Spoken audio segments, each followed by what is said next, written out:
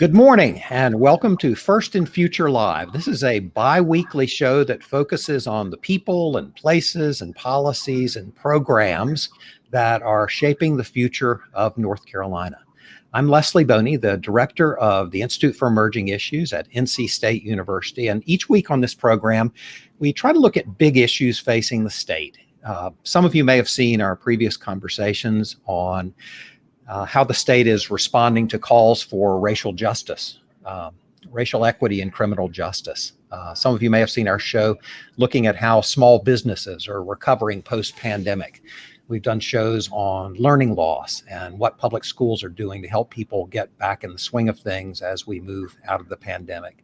And we also did a 4-part series on HBCUs and the key role that they're playing as we try to increase academic attainment on the back end of the pandemic. We've seen how important that is. Today's show, though, is a little bit different. Many of you know that we are in the middle of summer. If you don't, where have you been? But this is a time when a lot of people are looking for summer reading. And because we are a little bit nerds here at the Institute for Emerging Issues, we want you to have some books that you can take advantage of that are both good and good for you. So we've brought 3 book authors who are using an examination of the past to help shape their view of where we might go in the future or how we might think about some of the big issues that are facing us in the present. We're happy to have you, whether you're listening over Facebook Live or LinkedIn or YouTube. We don't care what your platform is. We do ask that you use it.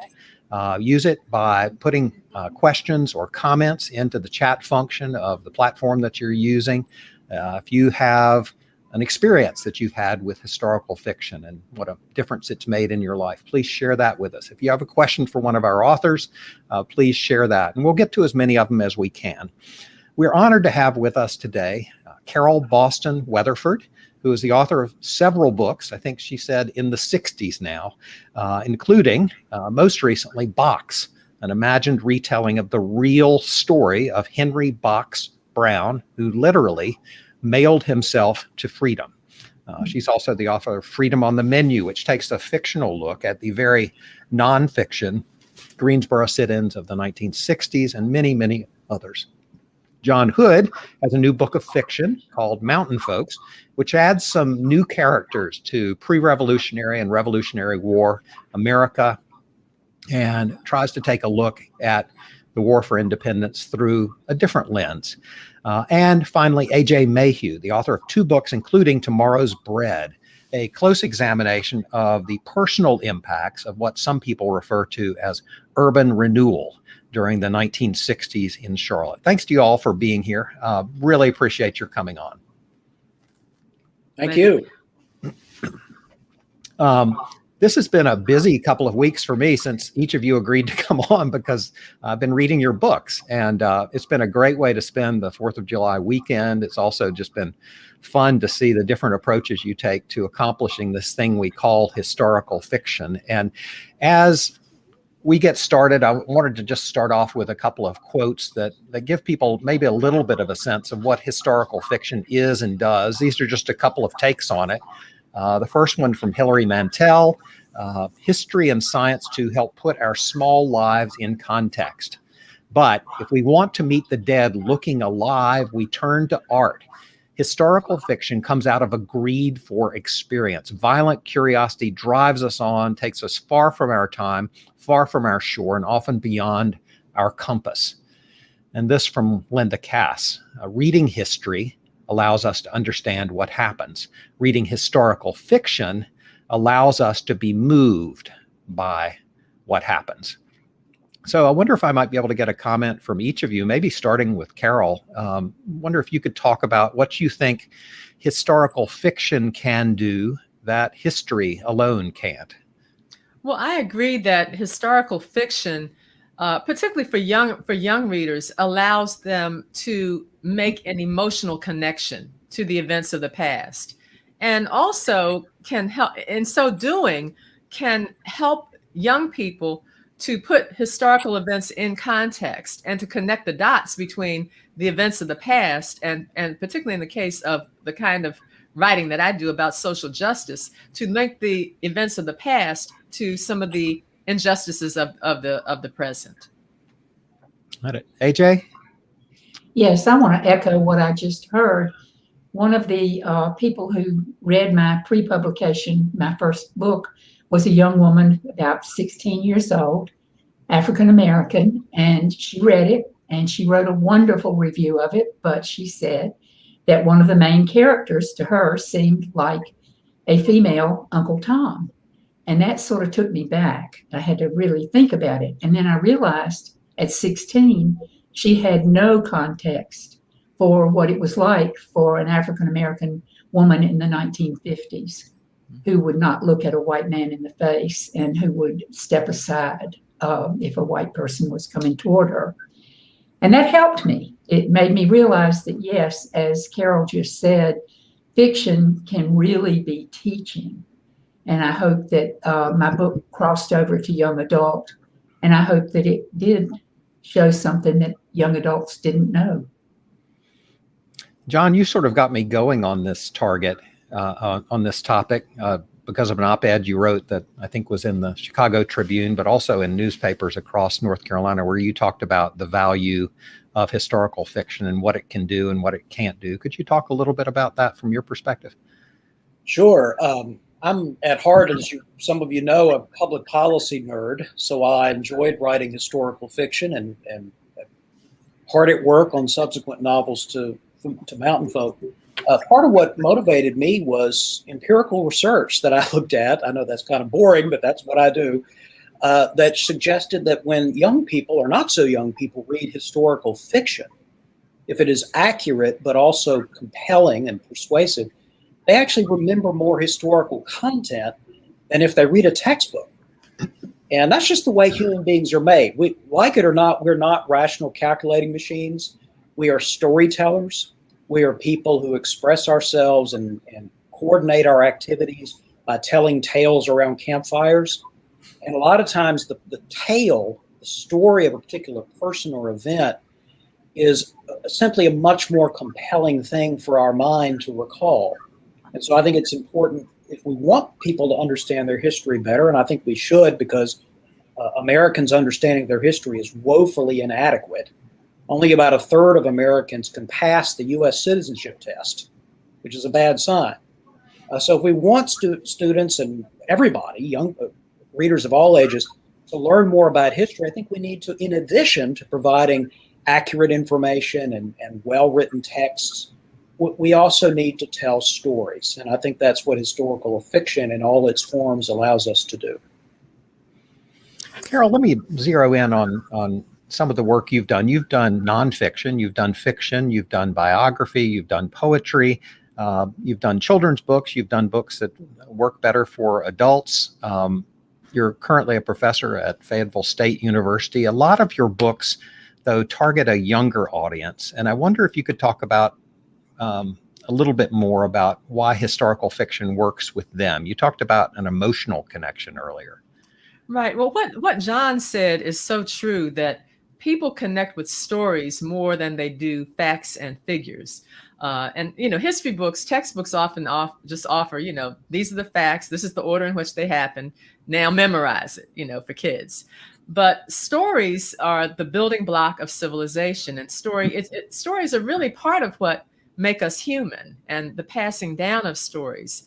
So, one reason that I chose a young audience is because I believe that young people I believe that children are the most important audience, because they're still, forming their moral compass. They're still malleable. They're still open to more ideas than we are as we age.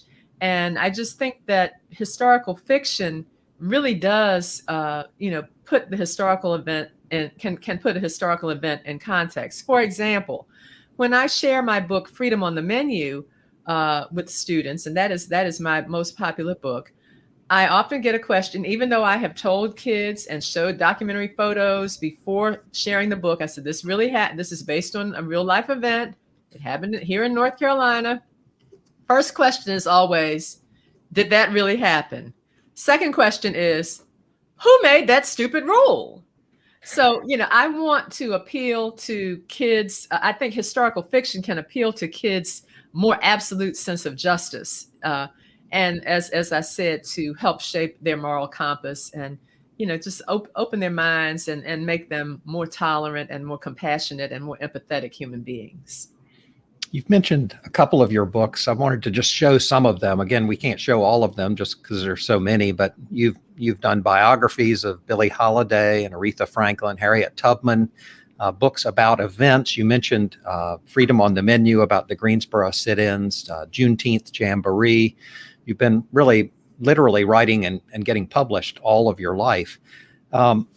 This book that is featured most prominently here, the story of Henry Boxbrown, is just an amazing true story of an enslaved man who was beaten, sold, resold, had his entire family sold away from him into a plantation in North Carolina to the point where he couldn't even find them. And in desperation, found a way to literally mail himself to freedom. And you had an autobiography to draw on, but you've also creatively retold and repackaged this story through illustrations and poetry. And wonder if you could add illustrations and poetry into the context. So we've got a historic story, we've got an imaginative retelling of it told through poetry and illustrations. How does that add to the picture of what's going to resonate with children?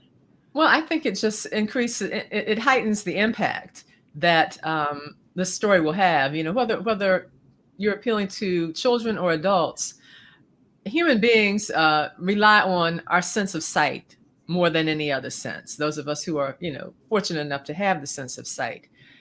So, thus it's important to have, images, sensory images, in the text, but also the pictures can also carry the weight of some of the storytelling. So that I've been blessed to have been paired with many talented illustrators, one of whom is my son, North Carolina illustrator Jeffrey Weatherford. But Box was illustrated by Michelle Wood. I'm sorry, Michelle Wood, and she, just as I integrated the structure, the geometric structure of the box or the crate into my poems by creating 6-line poems. Michelle has several images of boxes, and she did some collages of 3-dimensional collages of boxes that she actually pasted onto some of the artwork.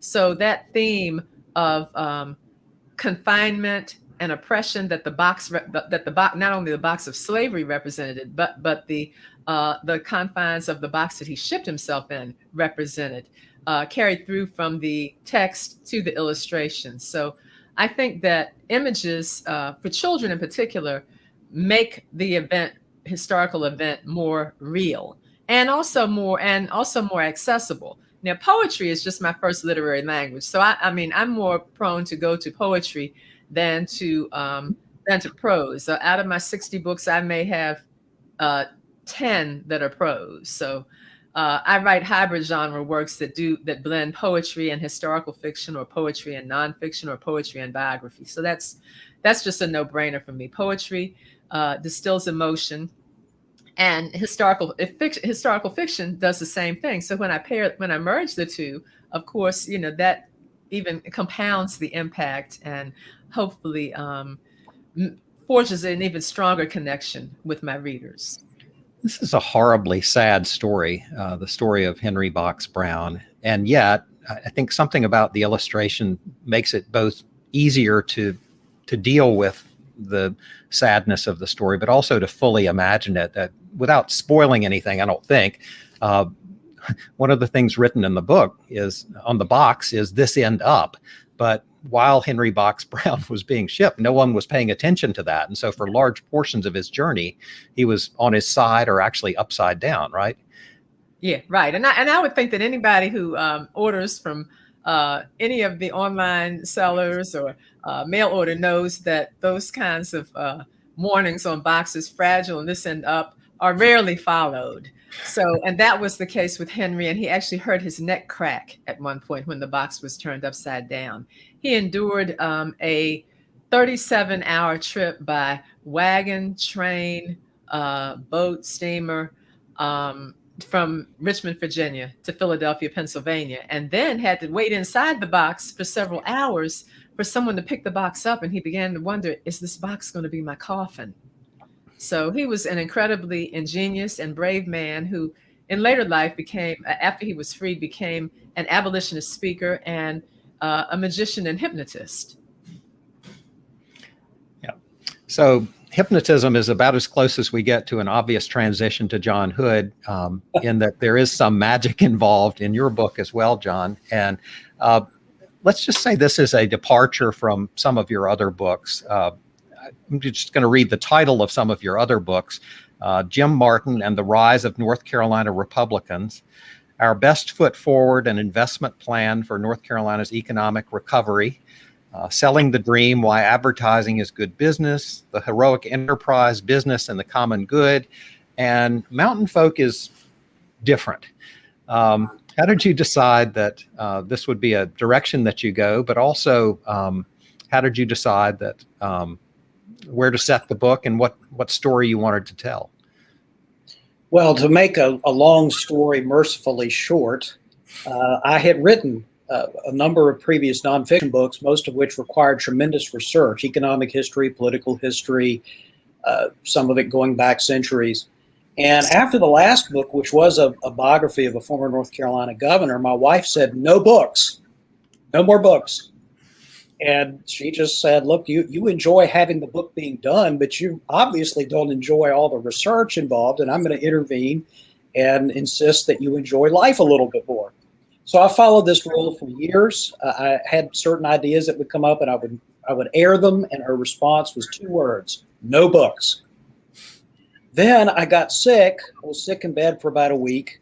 I had this weird image in my head of a young Daniel Boone arriving from Pennsylvania with his family into the Carolina backcountry and going hunting on a mountain and encountering a fairy and a giant monster cat. Where this idea came from, I really don't know, but it was stuck in my head for years. I decided to write a short story about it while I was sick because I was bored. So I did that. I handed it off to my wife. I went back to bed. She came in sometime later, looked at me and said, "Where's chapter 2?" So the judge had modified her order, the consent decree, and allowed that I could write fiction books, but not nonfiction books, at which point I wrote a heavily researched historical fantasy novel. So I kind of evaded a little bit of the intention of the original judicial order. But anyway, the judge had ruled I could write Mountain Folk. And what I ended up doing, I've always loved history, particularly American history, particularly early American history. And I've always loved fantasy and speculative fiction of all sorts since I was a kid. And my view was sort of like Reese's peanut butter cups, where you take peanut butter and chocolate, and you run them into each other and you find out, hey, two great tastes that taste great together. So my idea was to combine fantasy and historical fiction. There's all sorts of fantasy books out there, and I enjoy them, and many people enjoy them. It's a popular genre. I didn't want to do something that was just like everybody, just some ripoff of Lord of the Rings or Harry Potter or something like that. I wanted to do my own thing. And so in my story, there are fairy nations, and I don't mean little Tinkerbell creatures with gossamer wings. Fairies in this sense, in the cultural sense, just refers to all sorts of magical folk, elves and dwarves and pixies and so forth. And in my world, they do exist, and they exist sort of parallel to the human world. They're involved in human affairs sometimes. Some small number of fairies can leave their realm safely and go into the human world and engage in a variety of activities. Some we might like and some we might not want to know about. And so in my book, I use that analogy to actually explore some of these issues of early American history, particularly the issue of loyalty. If you were in the Revolutionary period in North Carolina, where a lot of my book is set in North Carolina, you had a choice. And most Americans did not choose to become active patriots. during the American Revolution. That was the largest single group perhaps. But there was also lots of people who felt that they should be loyal to their king, loyal to the mother country, and became loyalists. And after the revolution, many of them felt they could never reconcile with America and ended up moving to Canada or other places or back to England. And finally, there was a large number of people who didn't want to be involved in the war at all. They didn't want to be on either side. They just wanted to be left alone. Daniel Boone's family was an example. Not so much Daniel himself necessarily, but a lot of his family members weren't particularly enthusiastic about the revolution or just wanted to be left alone and left and went over the mountains to what is now Kentucky. So I depict those kinds of events. I also have battle scenes. I have written actually military history articles in the past. I enjoy researching military history as well. So I depict the major battles of the Revolution, like Yorktown, and in North Carolina, the Battle of Kings Mountain.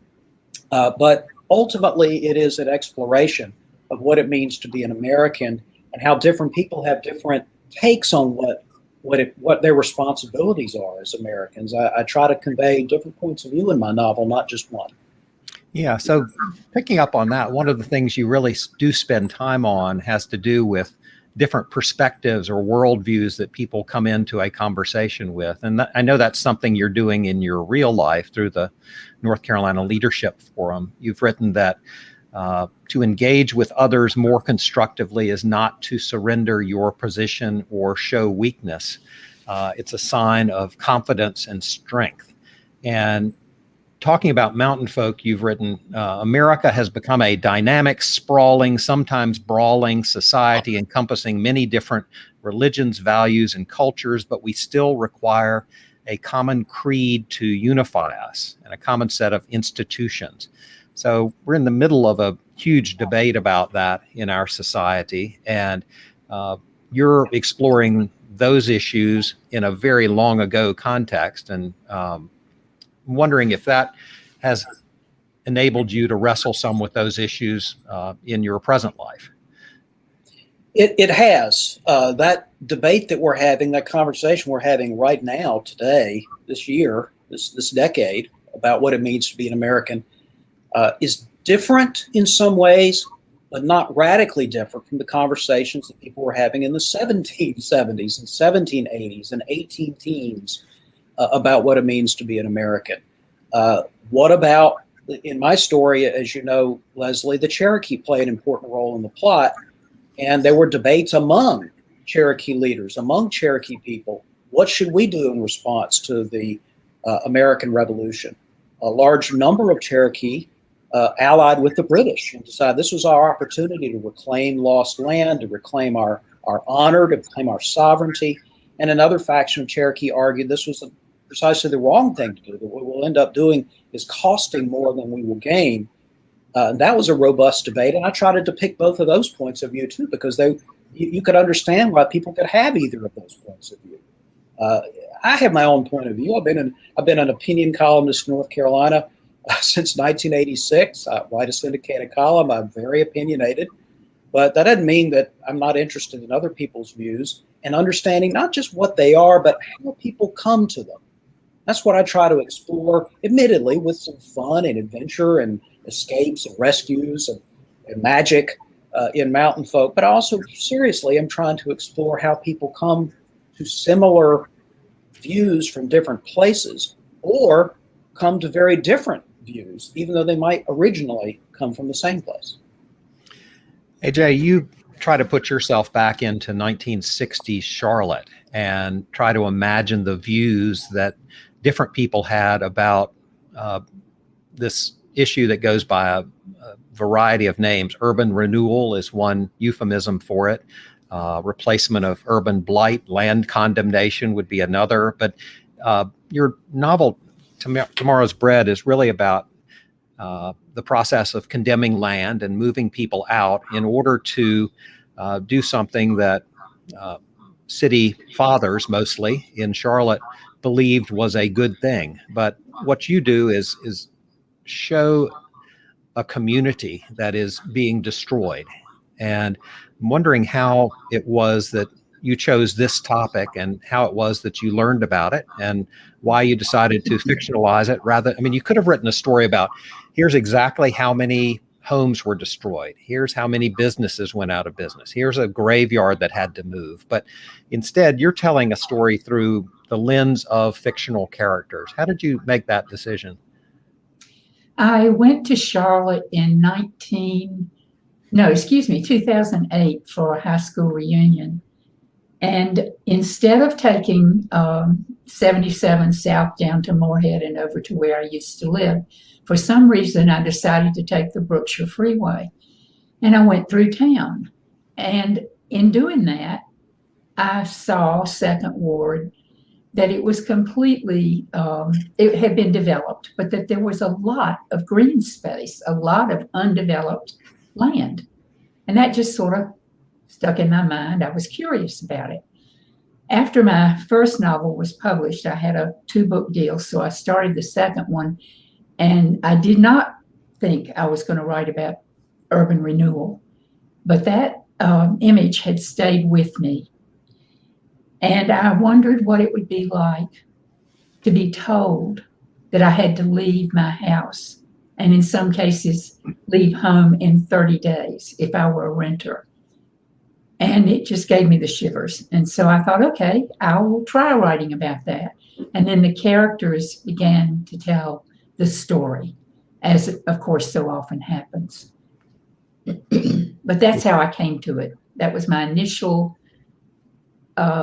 realization. I knew that Brooklyn had been wiped out. The community in Second Ward, downtown Charlotte, was called Brooklyn. And I had worked very close to Brooklyn. I knew it was gone. But I thought, why? If they didn't develop all the land, why did they take it?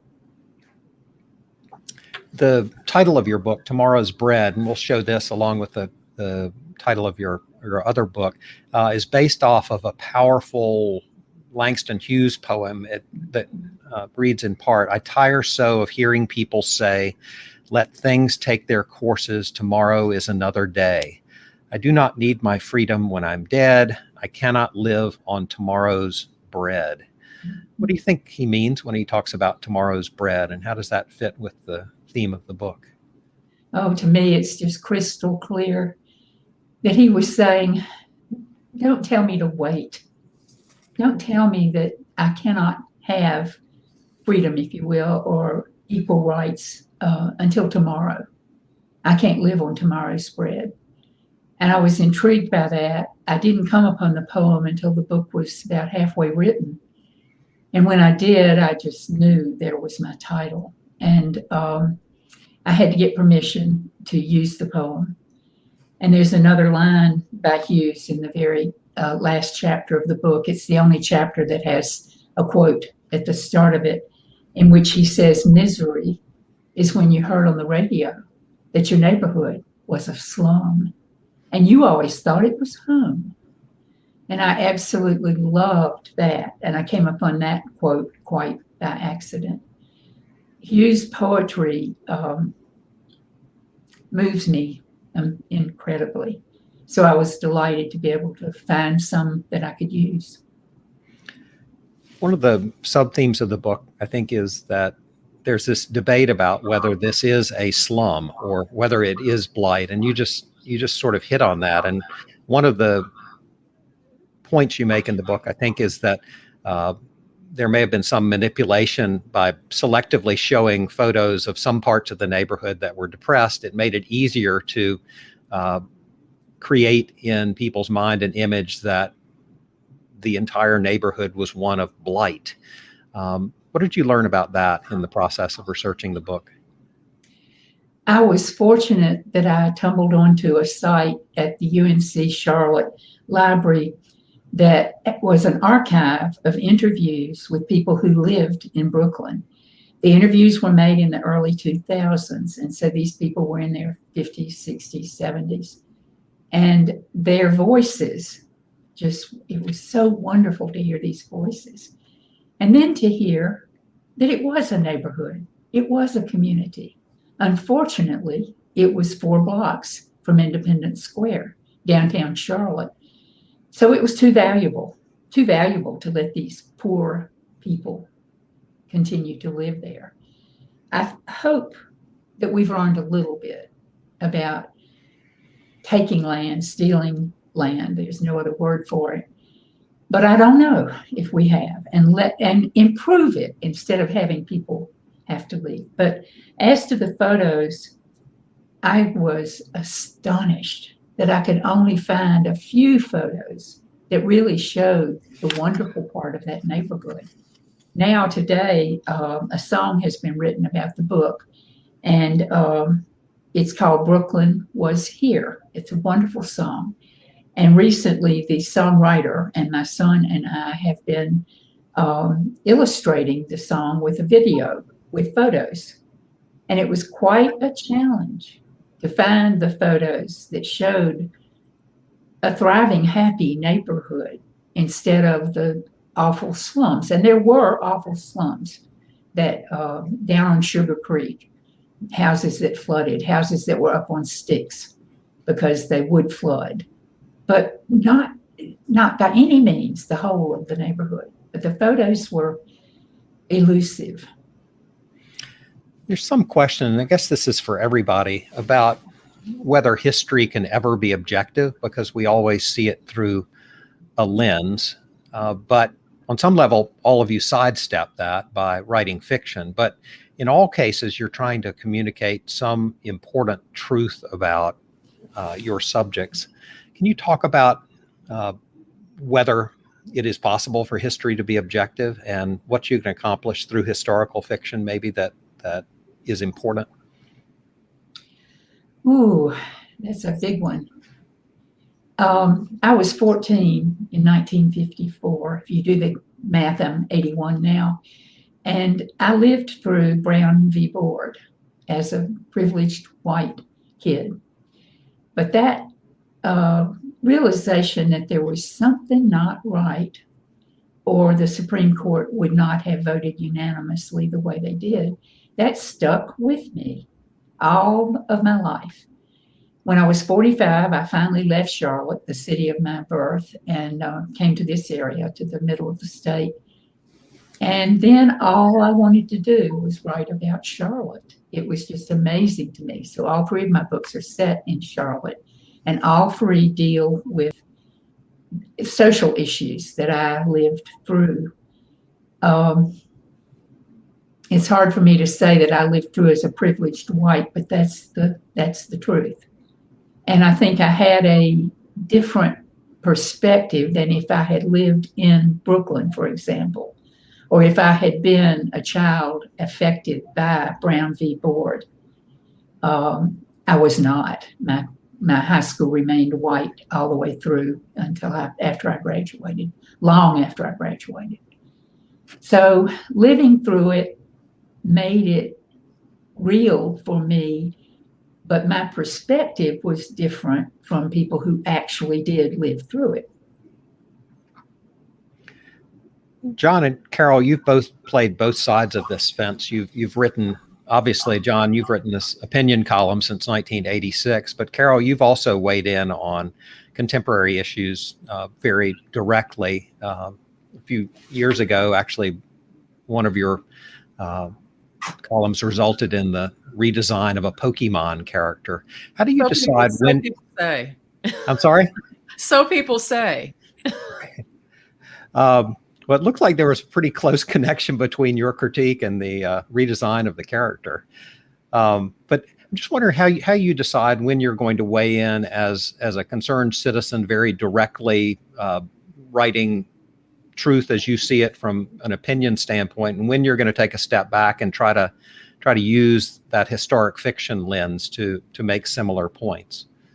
Well, I used to write a weekly column for the Greensboro News and Record and was an editorial page editor for the Winston-Salem Chronicle. That's all before I entered academia and realized I didn't have time for a weekly column anymore. Not if I was going to continue writing books. So, you know, that is still in me, and I often want to weigh in, but I just don't have time. And of course, I don't have any guarantee that, since I don't have an affiliation with a newspaper anymore, that my column, that what I write will be published. So I'm more apt to weigh in through my books, probably nowadays than a column. But to get back to the question that AJ answered, it's the facts are what they are, but what facts get represented in the telling of the story often has to do with who is telling the story. So it's not just history, but whose story gets told. And so the facts that I bring forward, are often the facts that have been left out of the story, heretofore, the story that's, been, told from a white male perspective, and even sometimes from a white supremacist perspective. So I try to, to bring forth the perspectives and the stories of people whose voices have been muted, marginalized, or even in the slavery era, muzzled, so they could not speak and could not pass their stories on.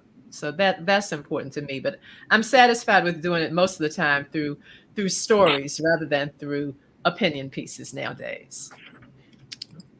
You talked earlier about the obligation you feel like you have to younger readers that you have. And in one of your earlier interviews, you talked about the possible role that you might play in nudging today's kids toward justice. Can you talk a little bit about that? How fiction can be a nudge?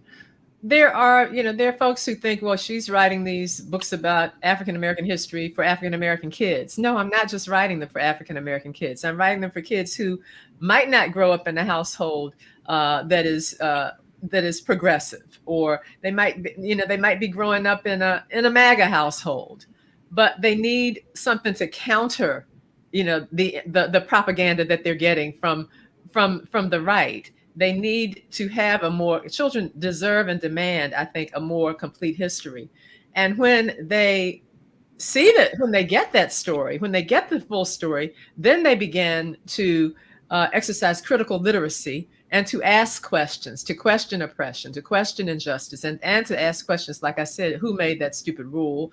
Or why did white people treat Black people that way? Those are some of the questions that I get to, from kids. And so when they ask those questions, then they are approaching and shaping their own sense of justice.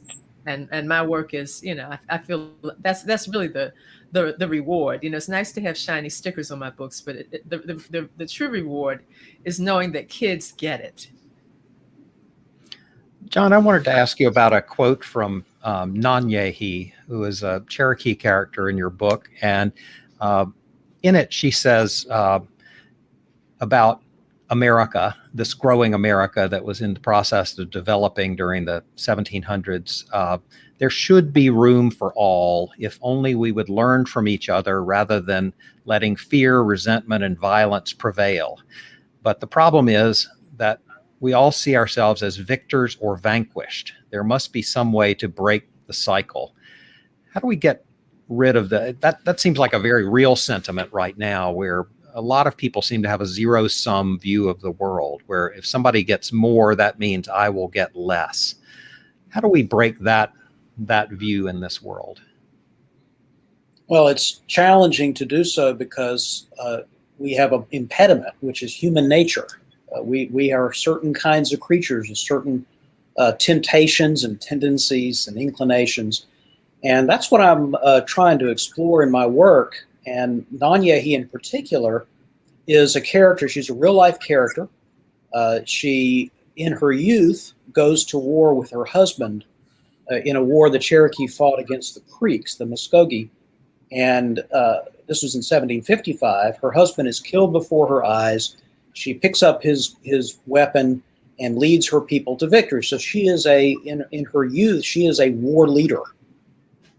And partly because of that, establishes herself in the councils of the Cherokee as a very powerful voice.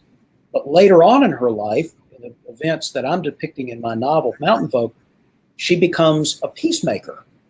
And becoming a peacemaker at this moment was not easy for a variety of reasons, including the fact that her own cousin, Dragging Canoe, who was the leader of the pro-British faction, and many other of her friends and family had a just cause, and she recognized that they had a just cause, and yet still believed that going to war would not resolve that dispute. It would actually make it worse. So she went to great lengths to become a peacemaker, famously spoke at some treaty negotiations in ways that persuaded both sides to come to an agreement.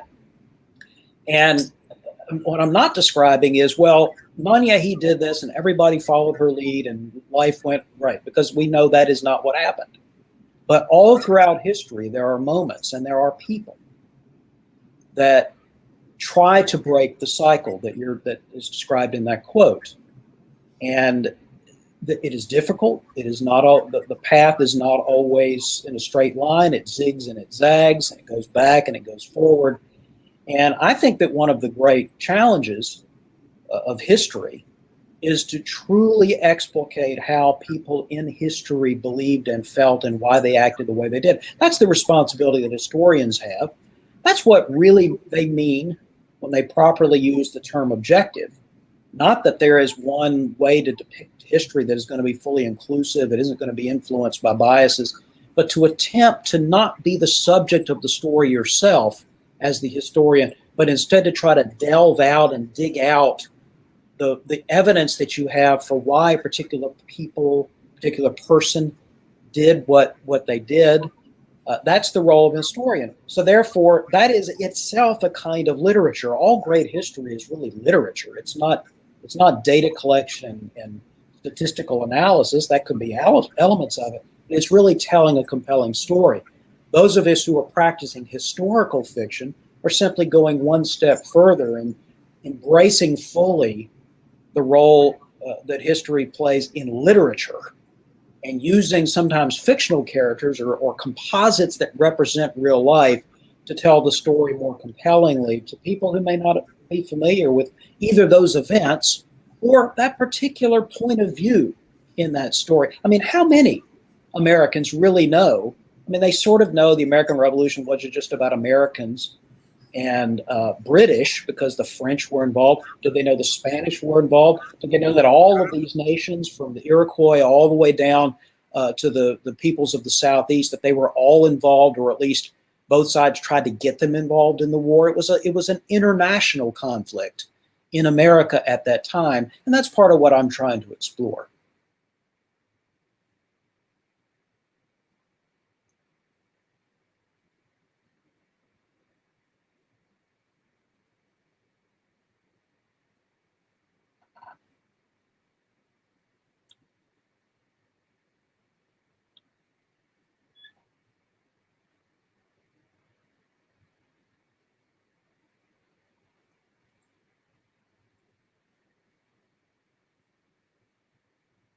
Looks to me like we might have a frozen screen here.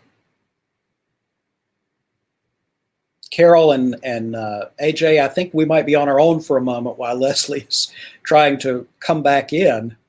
So AJ, may I ask you a question? Do you mind? I have a question for Carol too. But AJ, you said that both of your books are set in Charlotte. I, by the way, am also from Charlotte. I'm from Mecklenburg County. Oh, My people arrived in Mecklenburg in the 1740s. Wow. And so I'm interested about your first book. It's set in Charlotte also, but at what time period? 1954 is the central time period. There are flashbacks into the 40s. And because it's told from the perspective of a 13-year-old girl, we get her life earlier. And that wasn't something I set out to do. Again, the characters led me there, but it's the mid-50s. The event was Brown v. Board, and that happened in May of 54. And then in July of 54, they put Under God into the Pledge of Allegiance, and those two things really stuck with me. So that's how I came to write the story in that setting. And Carol, my quick question for you is, do you ever get a critical response? I mean, not just people saying, I really love that book, my child really loved that book, I learned something new. You ever get people who really didn't like something that you wrote? And do you ever respond to them? No, they don't. They don't give addresses, or their criticism is usually anonymous. Yes. Yeah. They don't have the courage to come forward.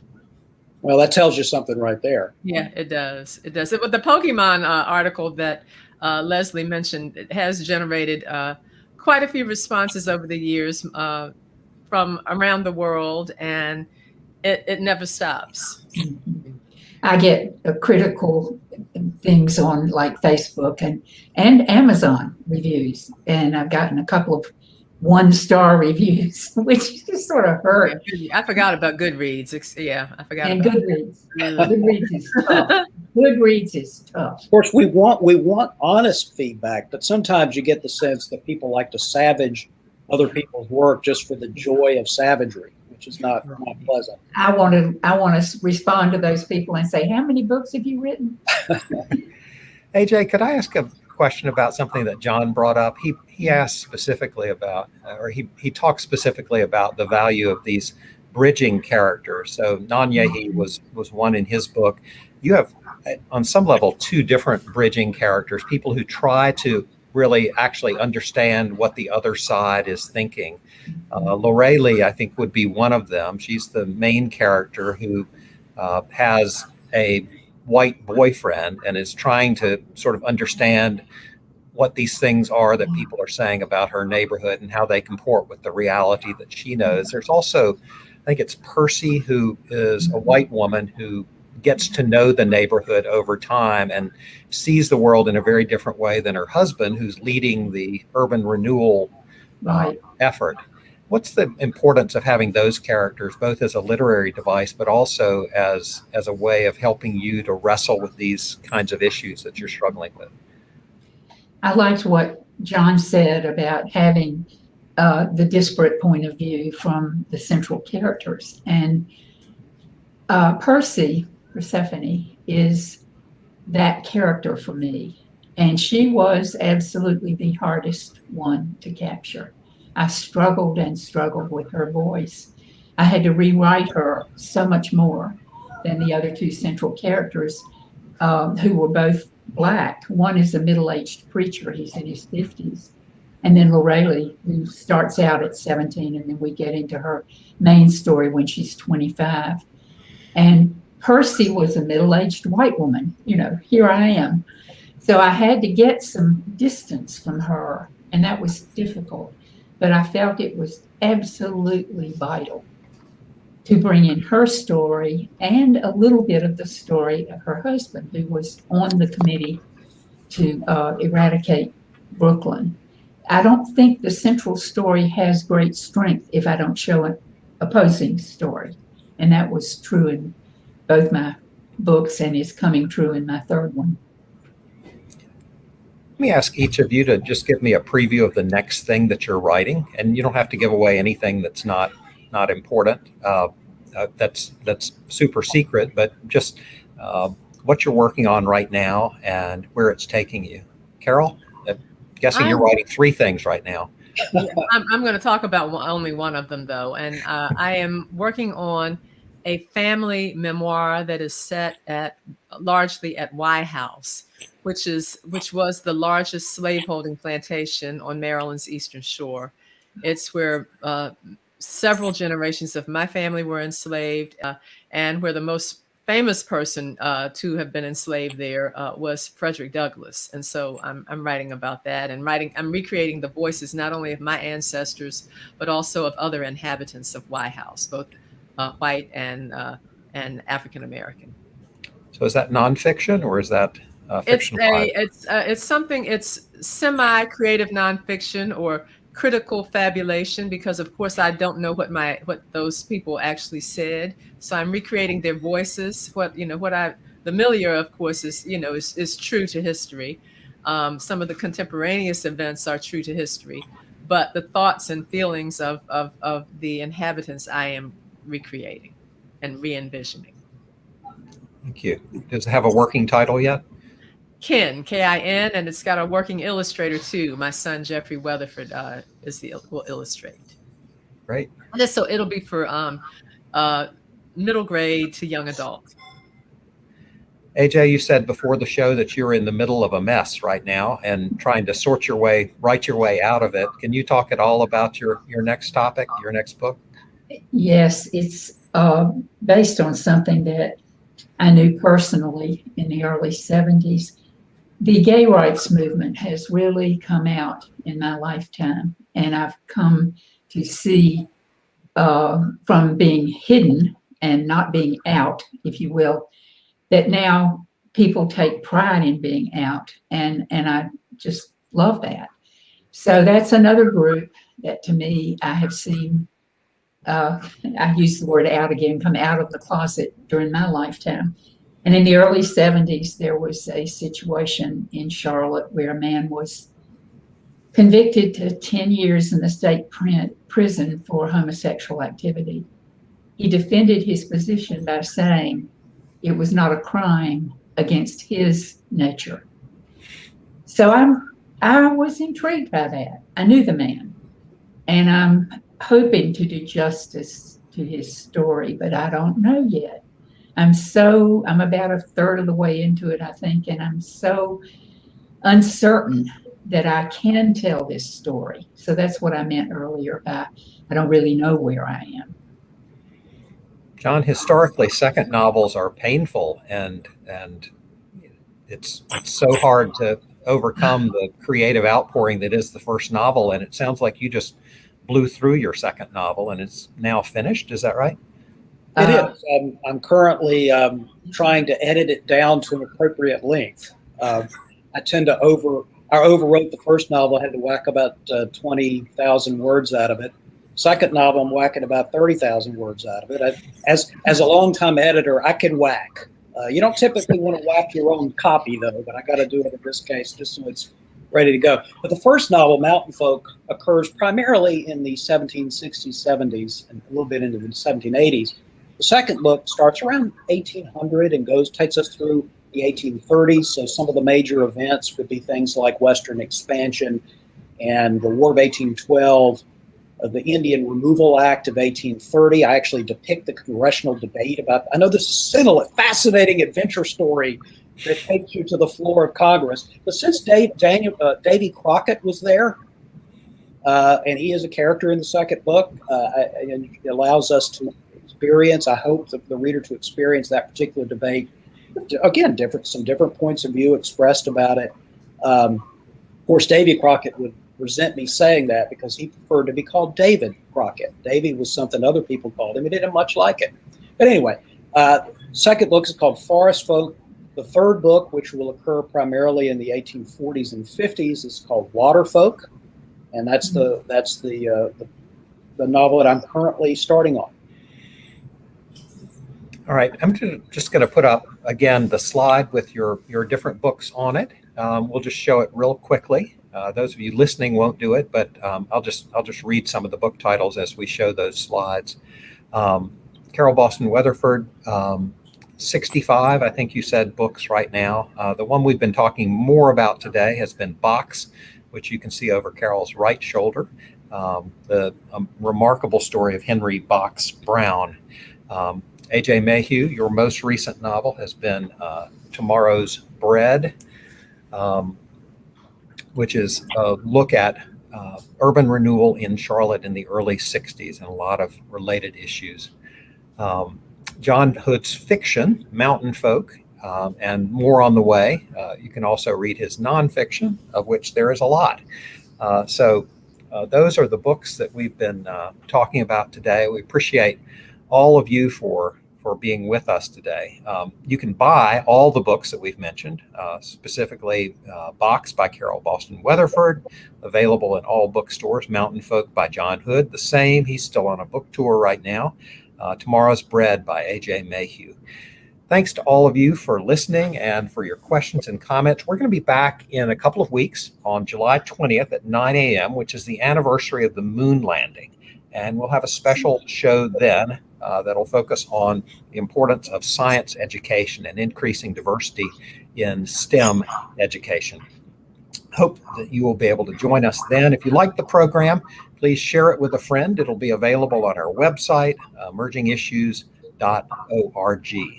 First and Future Live is based on an idea from Greg Hedgepeth. It's produced every week and has been for 5 years now by James Herrick, with promotional help from Kirsten Chang. Simone Coleman will be joining our team in just a couple of weeks in a more formal way. Today, Renee Potts helped with our slides. I'm Leslie Boney for all of us at the Institute for Emerging Issues at NC State University. Thanks for listening, and we'll see you in the future.